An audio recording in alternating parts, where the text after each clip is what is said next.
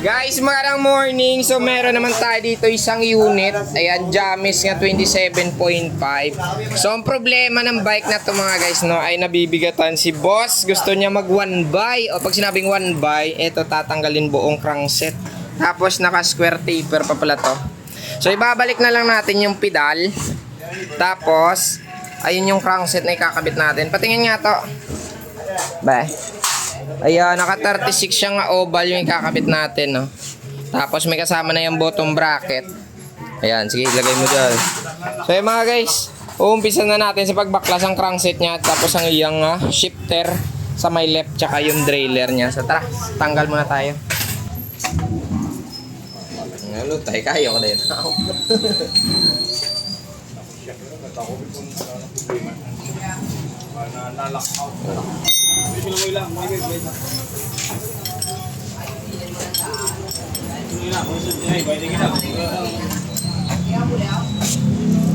Au!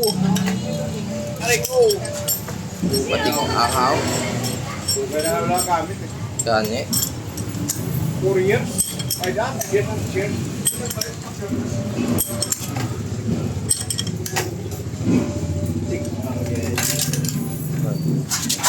Ayan, natanggal natin yung 3x. Grabe siya pang bugat no?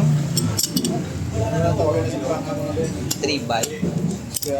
Square taper. Square type.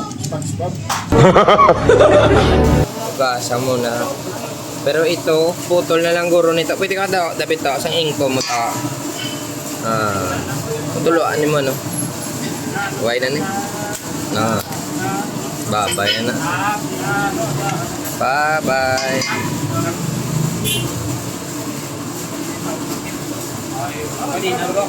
Oh, Oslo Akadina da. Oh, nagmarking gitsa, oh, no? Oh. Sige lang, okay lang na. Wow!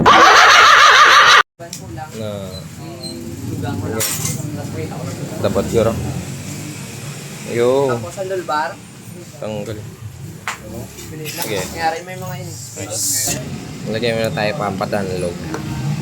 Ayan. Right side. Nice. Basta nga.